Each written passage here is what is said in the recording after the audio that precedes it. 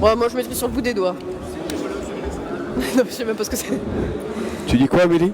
Moi je maîtrise l'hypertrophie sarcoplasmique. Sur le bout des doigts? Sur le bout des doigts. C'est pas le sujet. De pied. Des doigts de pied en plus, ouais. Elle dit qu'elle voit pas le rapport. Construire sa marque et sa communication. Les étapes, les erreurs. À ne pas louper. Voilà. À ne pas louper. Bien, chef. Ou alors les choses à louper, justement. Les choses à louper, ouais. Il a pas le même micro que nous. Oui. On va se présenter. C'est toi le chef. Voilà. Et on va parler un petit peu de... Moi, je vais introduire sur... il y a beaucoup de coachs qui se forment. Et qui ont besoin de construire leur identité. C'est un peu dans le sens du webinaire qu'on avait fait. Et puis après, ça sera aussi sur des marques. Par exemple, Eric, toi, ça sera l'exemple sur... tu as créé ta marque. Comment tu as fait, quelles sont les choses... Ouais, je parle même parce qu'on n'est pas encore en direct là. Ah, on entend parce qu'on n'est pas encore en direct. C'est ce que tu as fait avant, est-ce que tu referais pareil, est-ce que tu changerais, est-ce que tu as fait évoluer ton approche dans l'idée de construire sa marque, tu essaies de le faire en Afrique. Donc comment est-ce que tu t'y prends, quelle différence tu vois dans les choses comme ça, voilà, c'est un peu cette idée-là. On attaque.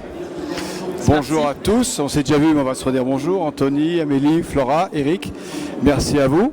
On va aborder la thématique de construire sa marque, qui est une nécessité par rapport au milieu du fitness, de la remise en forme, du coaching ou de la nutrition. Anthony, je vais te laisser te présenter.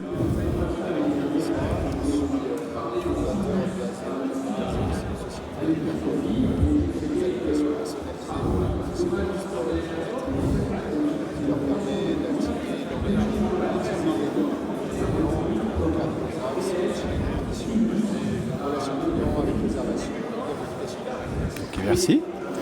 Amélie, l'hypertrophie sarcoplasmique.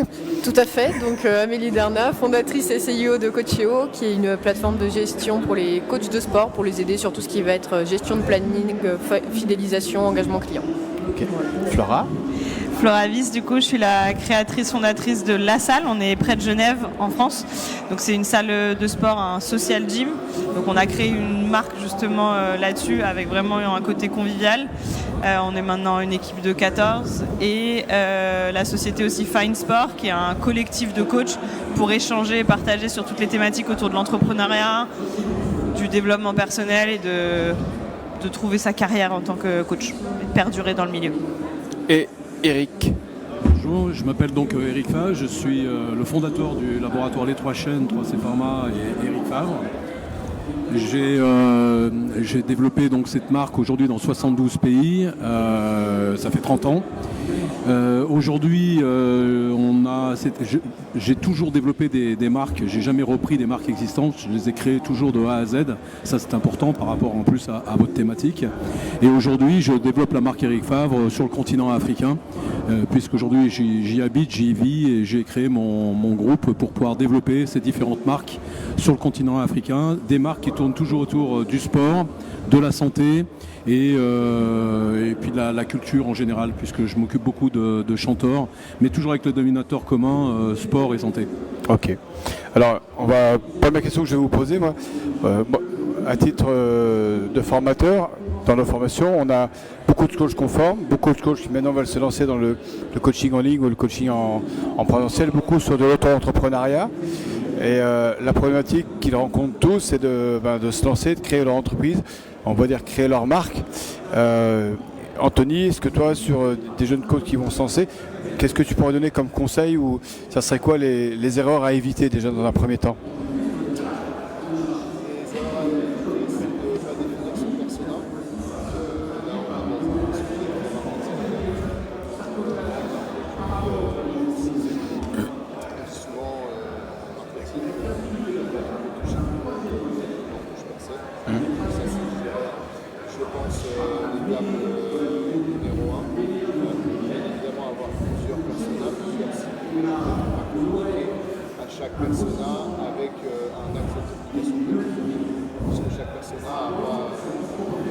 Chaque persona n'a pas obligatoirement le même besoin.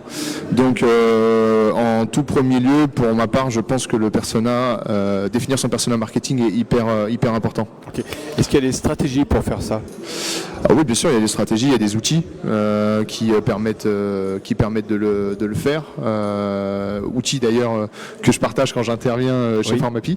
Donc c'est là-dessus, il y a plusieurs, il y a plusieurs écoles, il y a plein de choses maintenant sur les réseaux, ou alors il faut aller se former auprès de centres dont c'est aussi le métier que de donner les clés pour le faire. Ouais. Amélie, toi, qu'est-ce que tu donnerais comme conseil, ou Flora, ou Amélie? Moi, je trouve qu'Anthony a quand même plutôt bien répondu. Mais, Merci. De rien. Merci. Un bon point pour Anthony. Un très bon point, mais il ne faut jamais oublier que ça doit les représenter. Ouais. Le plus important, c'est qu'on ressente le côté humain, leur personnalité aussi dans tout ça. Parce que quand on va chez un coach, on ne va pas chez un médecin, on crée un lien de confiance. Donc c'est très important de garder ce côté humain. Et bien sûr, en ayant notre personnalité, on a des personas qui vont être plus ou moins adaptés. C'est la petite chose que je pourrais rajouter. La même question pour Flora, mais avec la particularité, c'est par rapport à ta salle. Parce que toi, tu n'es pas rattaché à une franchise. Ouais. Donc du coup, tu as aussi créé ta marque, mais qui n'est pas une marque franchisée. Ouais. Et du coup, toi, comment tu as abordé la chose? Alors moi, c'était justement à la base, on s'intéressait à une franchise et il était question de prendre la franchise. Mais justement, et je suis tout à fait d'accord avec ce que dit Amélie, moi je sentais que la franchise ne me représentait pas complètement, je ne me retrouvais pas forcément dans tout ce qu'ils communiquaient et dans leur business model non plus d'ailleurs. Et du coup, je me suis dit, ok, ce que je vais faire, c'est que je vais créer ma marque. Et c'est d'ailleurs la première chose que j'ai faite, alors qu'il y a beaucoup de gens autour de moi qui me disaient, mais la franchise va tout te fournir, pourquoi tu t'embêtes à aller payer des graphistes, c'est pas la première dépense que tu devrais faire. Et j'ai dit, si, parce qu'en fait, d'exprimer aux graphistes tout ce que je voulais faire et tout ce que je voulais mettre dans ma salle et qu'est-ce que vraiment j'avais envie de faire dans cette salle et le business model que j'envisageais, ça m'a permis, grâce à leurs questions et grâce au fait de structurer, de faire tout le travail avec eux, de faire des choix aussi et de dire ok, par rapport aux questions que les graphistes vont me poser, est-ce que je pars dans cette direction-là ou dans celle-là, et de vraiment poser des mots sur les valeurs, sur ce qu'on voulait définir. Ta proposition de valeur. Voilà, définir ta proposition de valeur, merci. Et ce temps de définition, cette feuille de route, vraiment ça a été un truc fondamental pour moi et je pense que tous les entrepreneurs ici savent que des fois ça peut être au bout d'un an, 2 ans, 3 ans ou 5 ans, il y a un moment t'es paumé, t'es sous l'eau, tu te dis mais qu'est-ce que je fais là ? Revenir à ta feuille de route de base, pour moi ça a été salvateur en tout cas plusieurs fois dans ma vie d'entrepreneur, donc ça, je pense que c'est très important de se poser les questions vraiment de qu'est-ce que toi tu veux inspirer et transmettre dans ta marque, parce qu'il ne va pas falloir le tenir qu'un an, il va falloir le tenir sur la durée, et la durée de vie d'un coach c'est 3 à 5 ans, donc idéalement si ça peut faire plus, il faut s'être posé les bonnes questions au départ. Ok, alors justement on parle de durée de vie. Eric, la création de la marque Eric Favre, ça fait... La marque Eric Favre a été créée en 2010, donc c'est-à-dire que ça fait 14 ans. 14 ans, donc du coup, toi, tu as duré. Et les chaînes et 3C Pharma en duré et en durée. Donc ça fait plus de 30 ans. Voilà. Donc effectivement, le but, c'est de s'inscrire dans la durée. Et pour durer, comme le dit madame maintenant, il faut être en axe et en harmonie avec soi-même.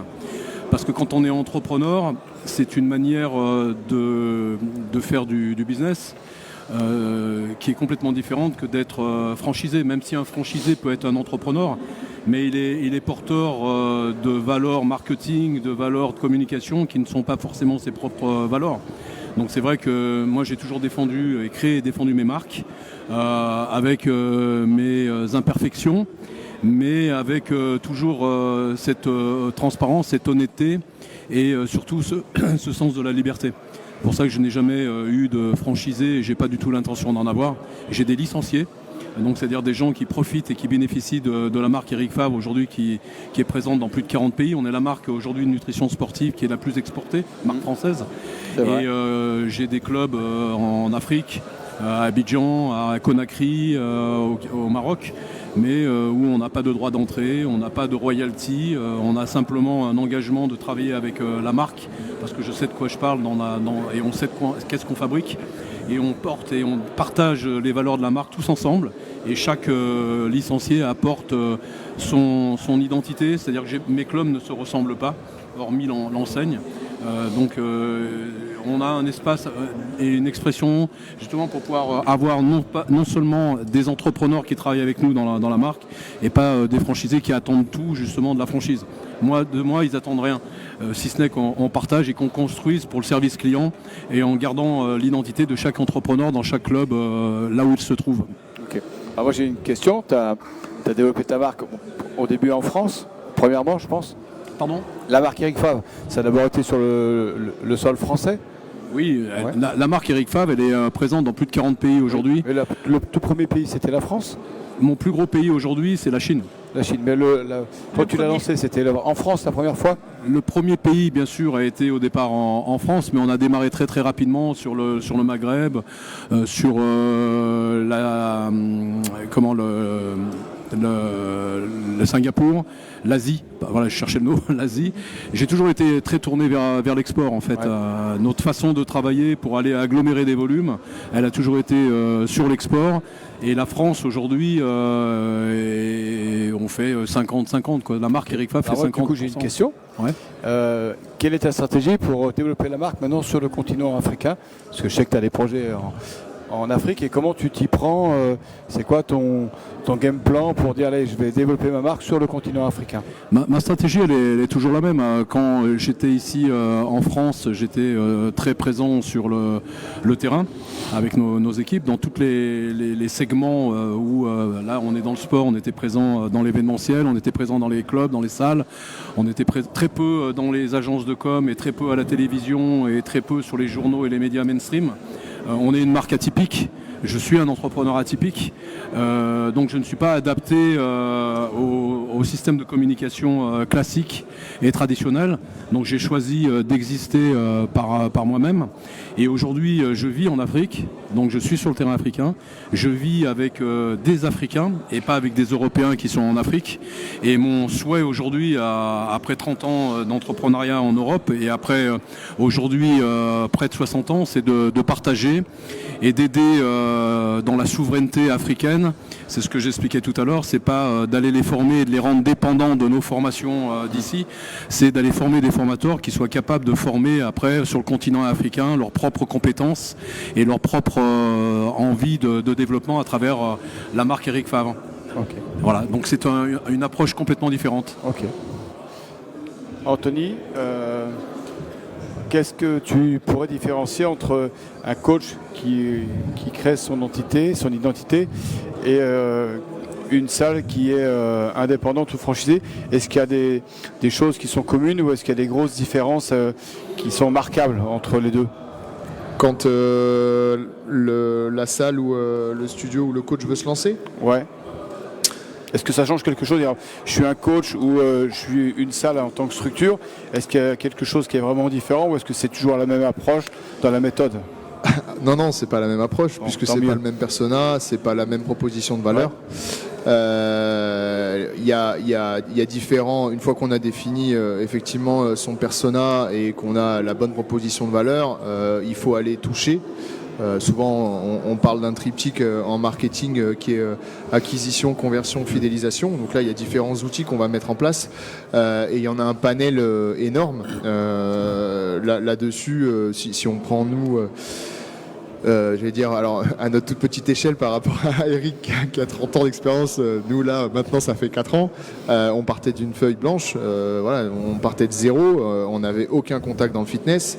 Je vais dire, on a commencé par le terrain avec moi qui suis allé toquer aux portes et je pense, c'est d'ailleurs pas pour rien que je fais l'intervention sur le networking. Oui. Je pense qu'effectivement, pour un coach, le terrain est important.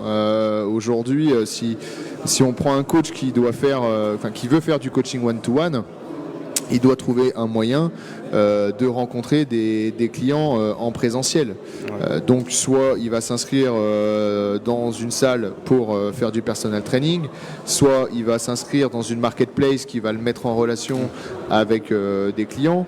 Si on est sur un coach qui veut faire du coaching à distance, il va plutôt chercher à avoir de la visibilité et un tunnel de vente pour pouvoir vendre. Mais par contre, il doit orienter sa communication et ses actions plutôt sur les médias sociaux. puisque ça va être l'axe de closing. Et si on prend le cas d'un studio ou d'une salle qui potentiellement a beaucoup plus de complexité puisqu'elle devra peut-être même tout faire, être présente sur le terrain, par exemple sur des réunions de mairie pour montrer que l'entrepreneur est là et pas que simplement pour le paysage, il est là pour s'impliquer, mais de tout simplement mettre de la com et du visuel sur le local, sur la salle, sur les panneaux, des stop trottoirs, la devanture qui est aussi importante. Ouais. On voit beaucoup de marques aujourd'hui récentes qui ont fait des fortes pénétrations de marché par le style et l'ADN qui est porté par la salle, et je pense que c'est assez parlant. Donc oui, il y a beaucoup, je pense, de différences d'approche, et après c'est en fonction du persona et de la proposition de valeur qu'on va adapter chaque outil. Ok, bon, alors, j'ai une question pour vous, mesdames. Est-ce que vous conseillez de se faire accompagner pour ça? Ou est-ce qu'un coach, si vous dites allez, j'y vais, je me lance, et si on doit se faire accompagner, ben alors par qui? Moi, je pense que ça dépend un petit peu des compétences déjà de la personne. Souvent, les coachs ou les entrepreneurs, ils sont en reconversion. Enfin, ça arrive en tout cas de plus en plus. Donc, il y en a qui ont tout à fait les compétences pour ça. Je pense que c'est bien de s'entourer dans tous les cas et de se créer un espèce de board, un peu comme ferait une start-up ou une entreprise avec un espèce de conseil d'administration, voilà, qui va donner son avis. Bah, on peut aussi se créer 2-3 personnes autour de nous qu'on considère comme des gens objectifs et comme des gens qui auront un avis pertinent. Ok, qu'est-ce que vous pensez de ça? Est-ce que vous comprenez ce que je veux dire par là? Qu'est-ce que vous pensez de mon logo? Qu'est-ce que ça vous évoque, etc. Après, si on a besoin d'accompagnement professionnel, je pense que c'est toujours un investissement pertinent. Et pour compléter ce que disait Anthony, je pense que la grosse différence entre un coach et une salle, bon, ça va être souvent le budget, mais ça va être aussi la quantité. C'est-à-dire qu'un coach, je dis souvent aux coachs avec qui nous on discute, pour vivre, un coach, il a besoin de 20, 30 clients. Enfin, ça dépend du nombre de séances qu'il fait par semaine, mais c'est très limité, ce qui veut dire qu'il peut tout à fait gérer de manière humaine tout le relationnel et démarcher presque de manière individuelle tous ses clients. Et du coup, il n'y a pas besoin de monter une ingénierie de malade et de faire appel à une agence et ci et ça. Il peut déjà se lancer... On en voit plein des jeunes coachs qui se lancent et qui font appel à tous les coachs de coachs qui existent, parce que maintenant c'est vraiment le gros business de coacher les coachs, parce que tout le monde a compris qu'il manquait la formation entrepreneuriale dans la formation initiale. Et je pense qu'il ne faut pas se lancer, ça peut aider, mais il ne faut pas se lancer à corps perdu là-dedans. Il faut d'abord essayer de se poser les bonnes questions et puis essayer de faire du networking, de connecter autour de nous. Surtout quand on est indépendant, avec des petits moyens, on arrive déjà à se faire quelques clients, le bouche à oreille, bien s'occuper de ses clients. C'est l'essentiel, je pense. Après, quand on est une salle, on a besoin d'un peu plus de volume. Oui. Donc là, ça me paraît, oui, un peu indispensable de faire appel soit à une agence, soit à un graphiste, soit à quelqu'un en interne qui maîtrise... pour faire quelque chose de propre et tout de suite poser une charte graphique qui correspond quand même à ce qu'on veut faire. Moi, pour compléter, je pense que c'est aussi très important d'être tout le temps curieux.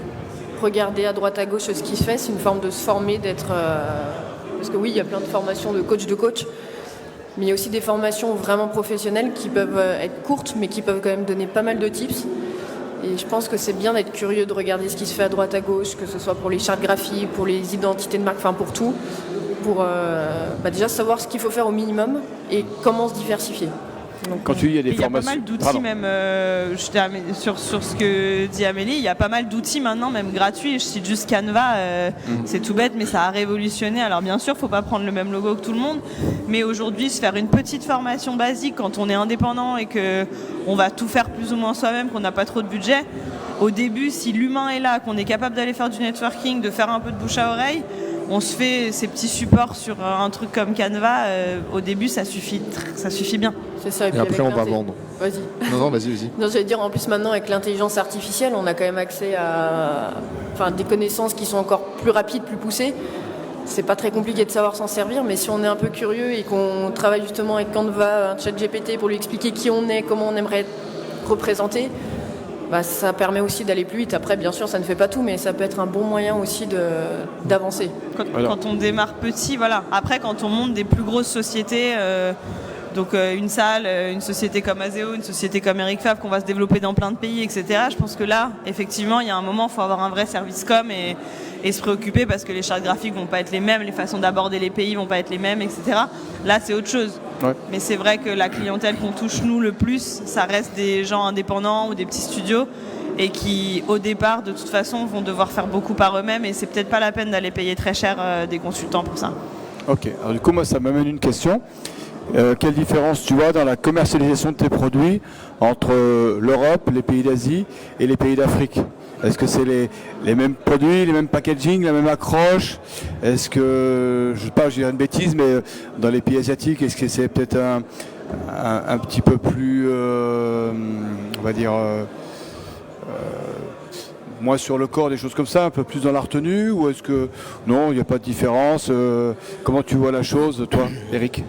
Il y a énormément de différences à tous les points. Déjà, il y a des différences au niveau réglementaire. On est dans un pays aujourd'hui qui est l'Europe, qui est hyper normé et qui est normé pour correspondre à un marché qui est un marché européen. L'Asie a des normes qui sont un petit peu différentes. L'Afrique a pas beaucoup de normes, mais est souvent imprégnée par les normes européennes. Et aujourd'hui, on est dans un changement de monde, dans un changement de paradigme, où effectivement l'Europe était jusqu'à présent centrale, était vraiment défendre la qualité, les valeurs, etc. Et aujourd'hui, malheureusement, les choses évoluent, les choses changent. L'Europe, on est dans un continent d'enfants gâtés, qui est enfermé dans beaucoup de normes qui sont des vraies barrières et qui ne correspondent plus vraiment à l'attente de pays africains, de pays Asie et autres. Il nous reste encore un peu cette valeur, on dirait, européenne, French, etc., mais qui ne fait plus la différence comme on l'avait autrefois. Donc aujourd'hui, il faut vraiment être sur le terrain, encore une fois. C'est-à-dire que moi, j'ai commencé ma vie sur le terrain et je la finirai sur le terrain. Et aujourd'hui, c'est ce qui fait la différence, c'est que on va partager un petit peu notre expérience que l'on a eue aujourd'hui en Europe et à l'international. Mais si on veut vraiment percer de manière sérieuse et rentrer sur un marché comme le marché africain ou Asie, il faut être très présent, soit à travers une filiale, soit à travers un partenaire local. Mais il est difficile aujourd'hui de pouvoir piloter, si on veut vraiment faire du chiffre. Hein. Oui. Nous, aujourd'hui, on fait 15 millions d'euros en Chine. En Afrique, c'était très peu, mais on est en train de développer. Mais je suis implanté là-bas. Je tropicalise pas, mais j'africanise un petit peu ma communication. Et le système africain et la culture africaine est à des années-lumière de celle européenne. Jusqu'à présent, tous les Africains voulaient venir en Europe et rêvaient de devenir européens, mais aujourd'hui, c'est presque un retour en arrière. Et donc, on est obligé de s'adapter. Pour donner un exemple, au lieu d'être en packaging de 500 grammes, on va être en packaging de 150 grammes. On ne va pas toucher la qualité, mais on va toucher le contenu. Et il y a des produits qu'on va conditionner sur place pour pouvoir améliorer les frais d'approche. Et c'est un travail de terrain qui est complètement différent. Donc si tu pars effectivement sur une logique très européenne et que je suis en Europe et c'est mon cerveau européen qui va diriger tout ça, c'est devenu compliqué. Donc il faut être là-bas sur place et puis adapter pour pouvoir développer le volume. Après, je parle pour vraiment rentrer dans la masse. Oui. C'est selon le choix, selon la stratégie que l'on a. Est-ce qu'on a une stratégie qui est purement nationale et dans quel cas on fait comme vous faites tous, c'est-à-dire aujourd'hui, on regarde ce qui se passe autour, je m'adapte, je développe ma marque avec les valeurs que je veux faire passer, avec l'ADN de la marque, avec on formate parce qu'on normalise, parce que c'est le pays qui est comme ça. Et quand on décide d'aller dans d'autres pays, on est un peu plus à l'aventure et on s'adapte et on se dénormalise pour pouvoir renormer dans quelque chose d'un peu différent. Mais la marque est importante. Je vais te donner un exemple. La marque Eric Favre, elle est arrivée en Guinée-Conakry. La salle rêvait de la marque, mais n'avait pas l'argent pour déjà au début acheter les produits. Et puis elle rêvait de pouvoir développer sa clientèle. Ils n'ont pas l'argent pour acheter du matériel de qualité. Donc quand la marque Eric Favre est arrivée gratuite, sans engagement, sans royalty, sans rien, mais avec le background uniquement de la marque qui résonne par elle-même, la salle a doublé ses volumes d'adhérents. Parce que les gens sont venus dans un Eric Favre Gym et les gens aujourd'hui sont tous sur le YouTube. Et à Abidjan, ça a été encore puissance 10. Aujourd'hui, on est devenu vraiment le club central où on est agréé par la fédération de MMA, où des athlètes de haut niveau viennent s'entraîner. Pourquoi ? Parce que c'était un club qui était inconnu et d'un seul coup, la marque Eric Favre lui a donné une aura et une communication qui est énorme. Et aujourd'hui, la marque est en train de se développer en Afrique, mais avec un concept qui est pur africain. Ouais. C'est-à-dire que je ne gagne pas une thune, pas 1 euro sur ma marque pour l'instant, je la gagne sur les produits, sur le textile, sur le reste. Ouais. Et tous les partenaires qu'on fait venir aujourd'hui viennent avec une façon un petit peu différente de travailler. C'est-à-dire si tu pars sur tes valorisations européennes, tu fais rien en Afrique, ou tu fais très peu. Donc tu es obligé de travailler, on travaille différemment. Quoi. Ouais. Voilà. C'est pour ça que tu t'impliques dans la vie sportive locale. Je sais que tu sponsorises des événements, tu as ouvert la salle avec David, on en a parlé, tu as un projet d'en ouvrir une aussi. Et ça c'est comme une stratégie parce qu'elle est réfléchie, tu ne fais pas ça au fil de l'eau, c'est quelque chose de mesuré. Oui, c'est quelque chose de réfléchi, d'investi, c'est une mission, c'est-à-dire qu'aujourd'hui, quand on est en France, on est en France. Maintenant, je suis en Afrique. Oui. Mon groupe, moi j'ai une position qui est un petit peu particulière. Je suis propriétaire de la marque Eric Favre, mais mon groupe, j'ai vendu mon groupe. Donc aujourd'hui, je deviens distributeur de la marque Eric Favre, mais je suis porteur de la valeur de la marque Eric Favre en Afrique. Donc c'est pour ça qu'aujourd'hui, j'essaye d'attirer avec moi pour pouvoir former, parce qu'on a un gros problème de formation là-bas, mais à l'africaine, c'est-à-dire que je ne vais pas aller m'enrichir en Afrique. Oui. Donc je suis en train de travailler sur la transmission, sur le partage, les aider à devenir eux-mêmes des formateurs pour former les gens en Afrique et pas simplement qu'on soit obligé de téléphoner toujours en France ou en Allemagne ou aux États-Unis pour voilà. Oui. On est dans le sillage de l'indépendance et de la souveraineté. Donc il y a un petit peu de politique sociale là-dedans, plus que de l'entrepreneuriat en fait. Voilà. C'est une mission personnelle. Flora. Ouais, je voulais rebondir sur le côté effectivement s'adapter au pays. Moi, j'ai un pied sur chaque pays parce que, alors c'est pas l'Afrique, c'est une culture des grands qui pieds est aussi, quand même plus proche, pardon. Tu as des grands pieds aussi, c'est pour ça. J'ai des grands pieds aussi. Mais ma salle est à la frontière suisse, donc dès le départ, il a fallu s'adapter un petit peu, parce que même si c'est francophone et même si c'est un pays qui est proche de nous, c'est quand même un fonctionnement qui est très différent. Ouais. Et aussi au niveau management, construction de marque, etc., on se positionne vraiment très différemment. Et quand on a monté le collectif de coachs, effectivement, je suis allée interroger et la première étape du networking, c'était pas de demander des rendez-vous aux gens en business pour vous vendre quelque chose, je vous vends ma solution que j'ai imaginée dans mon salon. C'était, ok, je lance une chaîne de podcast, est-ce que vous voulez bien me parler de votre métier, de ce que vous faites et de comment vous fonctionnez ? Et au final, ça m'a permis de toucher les patrons des plus grandes chaînes suisses qui m'auraient jamais accordé un déjeuner de vente en tant que commercial, mais qui du coup sont venus parler d'eux. Je les ai écoutés, je leur ai posé plein de questions. Moi, ça m'a permis d'apprendre énormément sur tous leurs challenges et du coup d'adapter mon offre. Et eux, ils étaient contents aussi parce que ça leur faisait de la visibilité, ça leur permettait de parler aussi de choses dont ils n'avaient pas toujours l'opportunité de parler, que ce soit pour leurs salariés, que leurs salariés entendent, pour leurs équipes. Et c'est vrai que je trouve très intéressant cette façon de faire et qui est intéressante pour les coachs aussi et pour les salles qui se lancent ou qui se développent. C'est de toujours écouter le client. Alors bien sûr, on part de soi, ça c'est clair, mais je pense qu'on évolue toujours en écoutant son client, en écoutant son marché, parce que de toute façon, on est là pour répondre à un besoin. Et même si au départ, dans les cours de marketing d'il y a 10 ans, on disait le marketing c'est créer un besoin, le marketing c'est pas créer un besoin, c'est répondre déjà à des besoins existants. Et là, on est périn, on est durable, parce que créer des besoins, il y a un moment, ça tient pas sur la durée. Peut-être pour rebondir notamment sur l'Europe, puisque nous on était au FIBO il y a 2 semaines et effectivement on est présent sur le marché européen.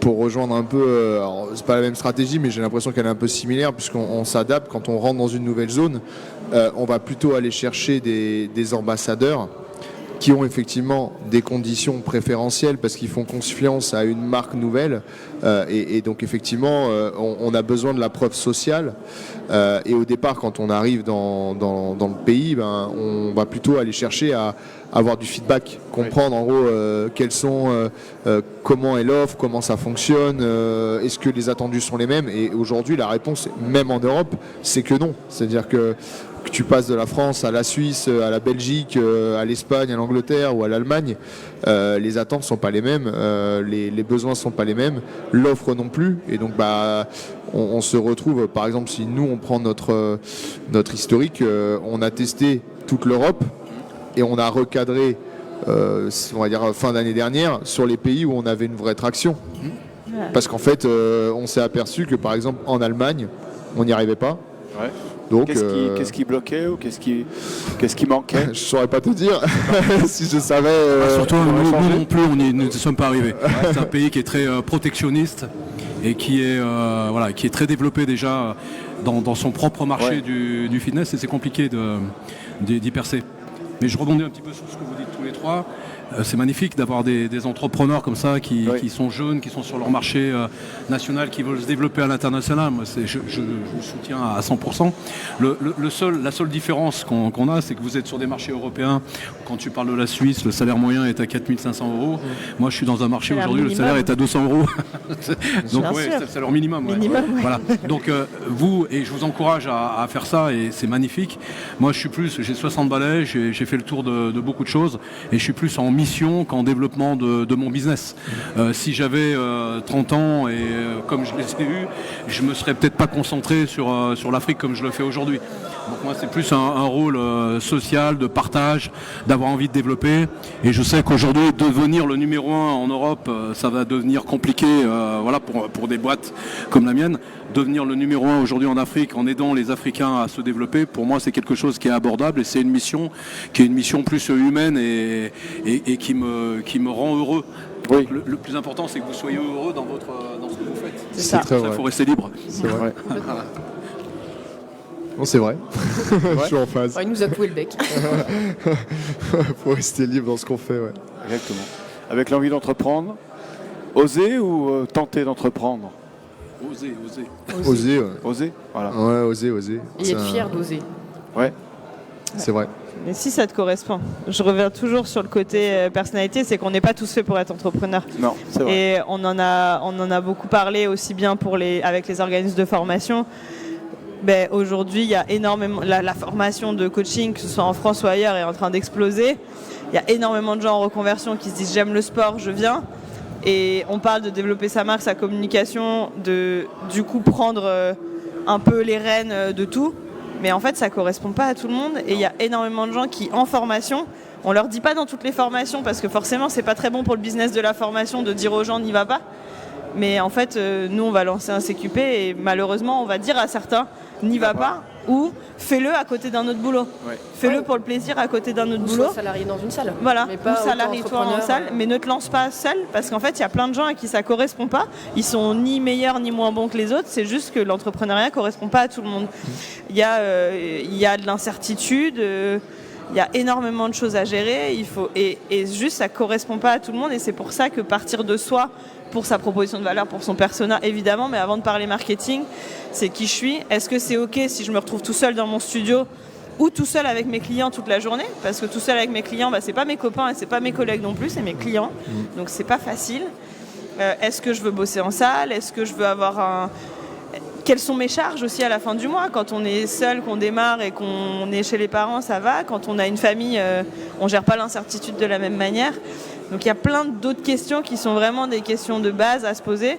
Je pense qu'il faut se poser avant de se dire oser le rêve entrepreneurial. C'est beau, hein, on est tous sur Instagram et sur LinkedIn à voir les levées de fonds, les trucs magnifiques, c'est génial.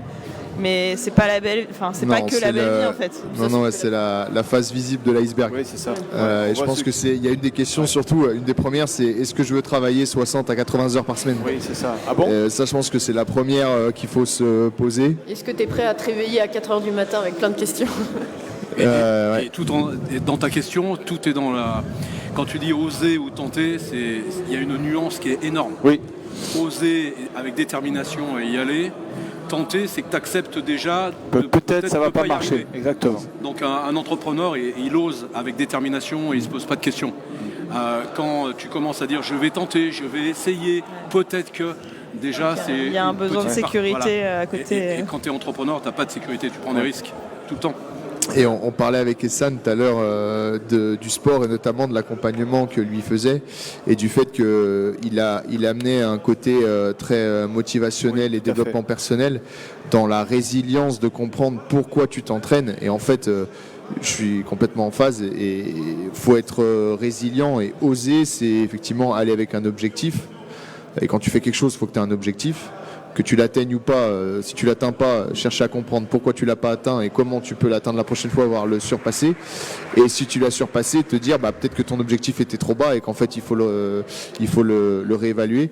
Par contre, faut être résilient, c'est-à-dire que c'est un chemin plein d'embûches. Ouais. Et il y en aura tous les jours, peut-être même certains jours à toutes les heures. Faut faire avec. C'est une question de temps. Ouais. C'est une question de temps. Voilà, aujourd'hui, c'est vrai que les gens n'ont plus le temps, il faut que tout aille très vite, etc. Nous, souvent, on me dit, ouais, c'est super ce que vous avez fait, mais j'ai dit, mon garçon, ça fait 30 ans. Oui. 30 ans. Tu vois que, voilà, vous n'avez pas vu par toutes les étapes, les échecs, les difficultés, les genoux à terre. Et puis, il y a 5 ans, vous avez vu ce qui m'est arrivé. Je veux dire, aujourd'hui, voilà, c'est la vie. Donc, il faut donner du temps, au temps. C'est important. Ce qu'on ne sait plus faire aujourd'hui, on veut tout très vite. Et si on veut durer, il faut se surpasser en permanence, se remettre en question en permanence. Et tout en étant, je pense, en phase avec soi. C'est-à-dire que là, ça paraît très dur quand on nous entend en parler. Mais en fait, je pense que pour vous comme pour moi, c'est inné. C'est-à-dire que ça nous nourrit en fait de dépasser ces obstacles. Oui, il y a des jours où c'est dur. Hein. On passe tous des nuits sans dormir parfois pour des choses difficiles. David le premier. Oui. Mais je veux dire, ça nous nourrit. On aime dépasser ces obstacles. On aime résoudre des problèmes. Ça nous anime. Il y a un moment, le jour où ça t'anime plus, tu finis en burn-out et t'arrêtes. C'est tout. Donc oui, il faut du temps, mais je veux dire, il faut pas non plus. Il y a des gens qui du coup vont se dire je dois être un acharné, je dois jamais lâcher, je dois y aller. Ça, je trouve que c'est au moins aussi dangereux que de pas y aller. Parce que ça veut dire que j'y vais tête baissée et un entrepreneur, pour moi, il doit toujours avoir les yeux ouverts. Et cette humilité de se dire ok, j'y vais droit, mais je regarde aussi les signes. Si à un moment il y a trop de signes, vous avez dit tous les deux l'Allemagne finalement on n'y est pas allé. Je pense que c'est important de savoir le reconnaître. Et que c'est pas parce qu'il y a des entrepreneurs qui vont dire sur LinkedIn je m'acharne, je travaille 80 heures par semaine et tout, c'est pas non plus une fin en soi. Il y a un moment, il faut aussi qu'il y ait de la fluidité dans tout ce qui se passe et qu'on soit un peu lucide sur ce qui nous arrive autour de nous et je pense que la plus grande force d'un entrepreneur, c'est de savoir prendre les bonnes décisions aussi en fonction de son contexte et de son environnement et de qui il est. Et il y a un moment, l'intuition, elle trompe pas. Si la nuit, tu sens qu'il faut que ça s'arrête, faut pas s'acharner en disant mais l'entrepreneur, il lâche jamais. Non. Il y a un moment, j'ai aussi l'humilité de dire ok, ça va pas, j'y vais pas et j'arrête. Ton intuition, elle est nourrie par ton esprit. Et on est trop souvent dans le mental. Ouais. On est dans une société aujourd'hui qui est axée sur le mental. On dit le mental, allez, fais ça. Voilà. Non, l'esprit, il est nourri sur des vraies valeurs. Des valeurs de courage, de persévérance, de partage, d'amour, de passion. Et c'est ce qui te nourrit l'esprit. Un entrepreneur, il n'est pas simplement un fonceur qui avec son mental, j'y vais coûte que coûte. Non, il faut travailler avec des vraies valeurs. C'est ce qui fait la différence d'ailleurs aujourd'hui, au fil du temps. Je me dis, finalement, qu'est-ce qui m'a le plus fait réussir ? C'est pas cette rage de mon mental de vaincre, c'est mon état d'esprit avec ces valeurs qui sont toujours restées des valeurs fondamentales. Et on aime ce que l'on fait, on aime avec qui on travaille, on aime nos clients, on aime nos produits. Et quelque part, après je ne veux pas venir dans le mystique, mais il y a quelque chose dans l'univers au niveau vibratoire qui nous renvoie quelque chose d'extrêmement positif. Donc c'est ces valeurs. Et aujourd'hui, il ne faut pas confondre l'envie d'entreprendre à n'importe quel prix et l'envie d'entreprendre pour servir nos clients, pour ce service client, ce respect, c'est comme une famille en fait. Et ça, c'est porté sur des vraies valeurs. Et c'est ce qui fait la différence entre un vrai entrepreneur comme vous êtes et puis des fois des capitaines d'industrie qui sont que des financiers, qui ont un bas de bilan à remplir. Moi, j'ai toujours expliqué, je préfère profiter et faire profiter que le profit. Voilà. Et c'est comme ça qu'on construit des belles choses et comme ça qu'on s'amuse en plus et qu'on kiffe la life, comme on dit. Et alors vous avez parlé d'erreurs ou des fois d'échecs. Est-ce que y a eu un échec qui vous a appris le plus de choses ou qui a été marquant pour vous et qui a été déclencheur de réussite ? Et je pourrais te poser quelle est ta meilleure erreur ? La meilleure, je sais pas, mais... La moins pire, les erreurs. Une des erreurs, ça a été, en tout cas nous concernant, ça a été de vouloir développer un produit pendant 4 ans sans le vendre, de 2015 à 2019. Et alors qu'il faut avant tout, une fois qu'on a défini son persona et sa proposition de valeur, faut aller vendre. On parle d'un coach. Souvent, je dis soit à tes étudiants, soit à mes coachs, quand vous vous lancez déjà, est-ce que vous avez des clients de votre réseau proche? Oui, ce qu'on avait dit l'autre fois. Ouais. Si un coach a déjà du mal à vendre son service à des personnes qui sont dans un réseau proche, amis d'amis, il y a quand même une question à se poser. Donc je pense que la première chose que, en tout cas, nous aujourd'hui, qui nous a coûté et sur lequel on ferait différemment, c'est que on s'attarderait pas autant sur notre produit avant de le vendre. Et donc j'aurais tendance à dire à un coach, une fois que la proposition de valeur est définie et que le persona est défini, allez le vendre. Ouais. Et ensuite, effectivement, vous itérez en fonction des retours. En fait, un entrepreneur, il est sans cesse dans l'incertitude, il fait sans cesse des choix, il les analyse, il identifie les résultats. Quand les résultats sont pas au rendez-vous, il change de direction. Et en fait, il fait ça tout le temps. Effectivement... il faut essayer d'avoir des choix qui sont les plus pérennes possibles, et donc c'est là où on rentre dans une logique plus saine. Mais au début, on peut changer tous les 2-3 mois de cible, ça peut arriver, voire même on peut s'apercevoir, et il y a plein d'entreprises qui l'ont fait, qui ont complètement fait des pivots après 2, 4 ou 6 ans. Nous par exemple, c'est notre cas, après 4 ans on a fait un pivot et on s'est orienté à fond vers le B2B. Oui. Donc voilà, c'est des choses de la vie. Ça ne veut pas dire que c'est fini, bien au contraire. C'était en 2020, janvier 2020, et aujourd'hui on est en 2024. Donc je pense qu'il faut être conscient de ça et juste adapter ses décisions en fait au feedback et aux indicateurs, aux résultats qu'on a. Et écouter les retours. Et écouter les retours, bien sûr. Amélie, par rapport à Coacheo. Des erreurs, il y en a tous les jours. Hein. Le but, c'est de s'en rendre compte le plus vite possible. Moi, je dirais la plus grosse erreur, c'était de vouloir faire un produit B2B2C dès le début, avec une proposition d'algorithme de matching pour permettre aux coachs de trouver des prospects. Et en fait, quand on est une petite marque, on a peu de budget. Donc en fait, c'est compliqué. Donc en voulant en faire trop, on fait rien. Donc comme disait Anthony, elle est étape par étape, et puis voilà. Donc nous on a fait le pivot de mettre ça de côté et de se centrer sur nos coachs avant de toucher nos coachs et leurs clients. Voilà la plus grosse erreur. Laura? Pour moi, c'est un peu dans la même idée, mais plutôt sur le côté gestion d'équipe, parce que j'ai commencé la salle, on était 2 et maintenant on est 14. Et en fait, au fil de faire grossir l'équipe, je pense que je me suis pas assez centrée au début, mais j'ai aussi ouvert la boîte à 24 ans, il fallait le temps que ça se construise.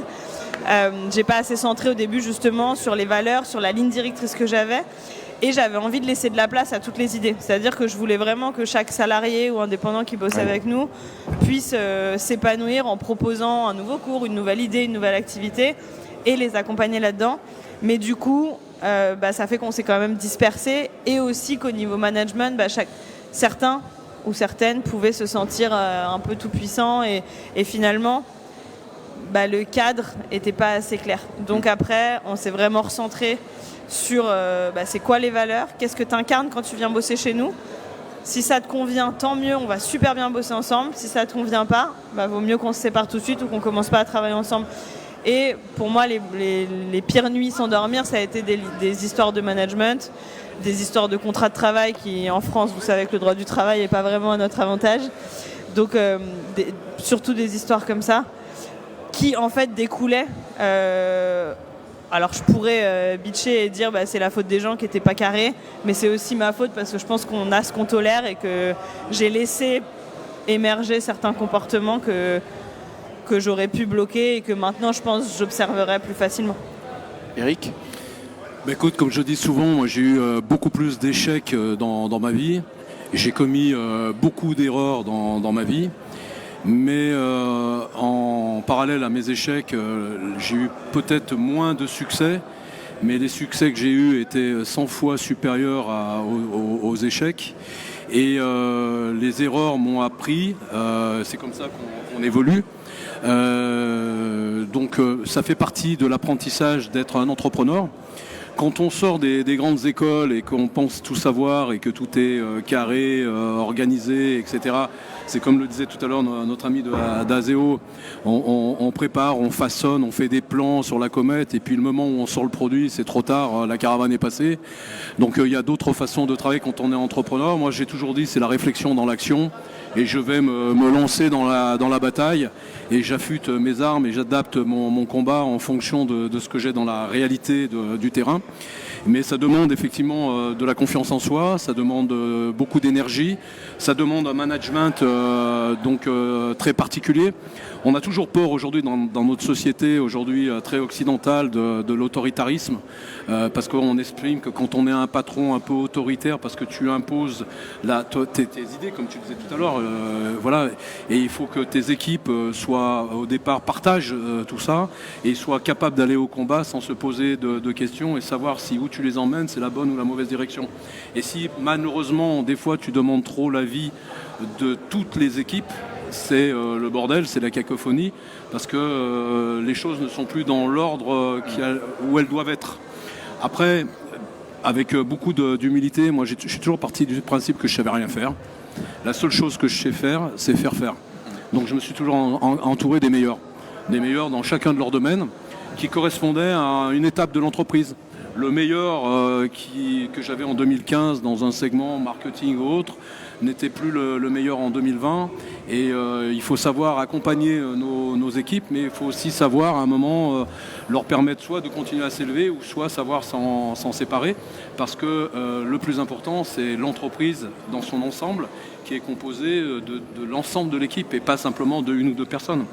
Et tu vois, moi aujourd'hui j'estime que j'ai fait le tour de ce que j'avais à faire ici en Europe et que mes qualités ne sont plus adaptées à mon système de management, à mon système où ça demande une implication. Je ne suis pas le mec, quand les gars, à 17h, tu les forces de sortir du bureau parce que tu as peur d'avoir un emmerde avec un... C'est pas mon truc. Donc moi, j'assume la façon d'être, mais je peux plus la vivre ici en Europe, donc je vais la vivre ailleurs et je m'éclate et j'ai une équipe qui bosse comme des fous. On fait des choses énormes que je ne pourrais pas faire ici. Donc il faut savoir aussi prendre compte de ses qualités et de ses défauts et j'accepte le fait d'être maintenant obsolète dans un système européen, mais je suis pas mort comme entrepreneur parce que entreprendre c'est pas qu'en Europe, je vais entreprendre ailleurs. Ouais. Voilà. Et je laisse faire les jeunes entrepreneurs et je serai toujours là pour les accompagner et les aider. Mais voilà, c'est la vie, il faut toujours être là où on doit être. Voilà. Et pas essayer de s'imposer. Voilà, j'ai pas la nostalgie du passé, j'ai pas la nostalgie, je suis ancré dans le moment présent et c'est tout ce qui m'intéresse. Très bien. Je pense qu'on a fait le tour du débat. On n'a pas tout vu, mais merci à vous, merci Eric, merci Anthony. Anthony merci à toi. Et Azeo pour ton soutien pour le symposium. Merci Eric pour ta présence, la présence d'Eric Favre, la marque, mais la présence d'Eric Favre. Eric, voilà. On a des projets à venir et je m'en félicite. Je suis très content que tu sois là, Anthony aussi. Merci Flora pour les mises en relation avec Anthony. Amélie, je t'avais appelé l'an dernier, je dis on va faire un truc, je sais pas trop, je sais pas si je vais venir. Bon, on a osé, et puis cette année, tu m'as dit je viens parce que c'était bien. Donc merci à vous. Merci Flora pour ton aide pour le symposium. Et puis que la fête continue. Merci à vous. Merci Nabil. Merci.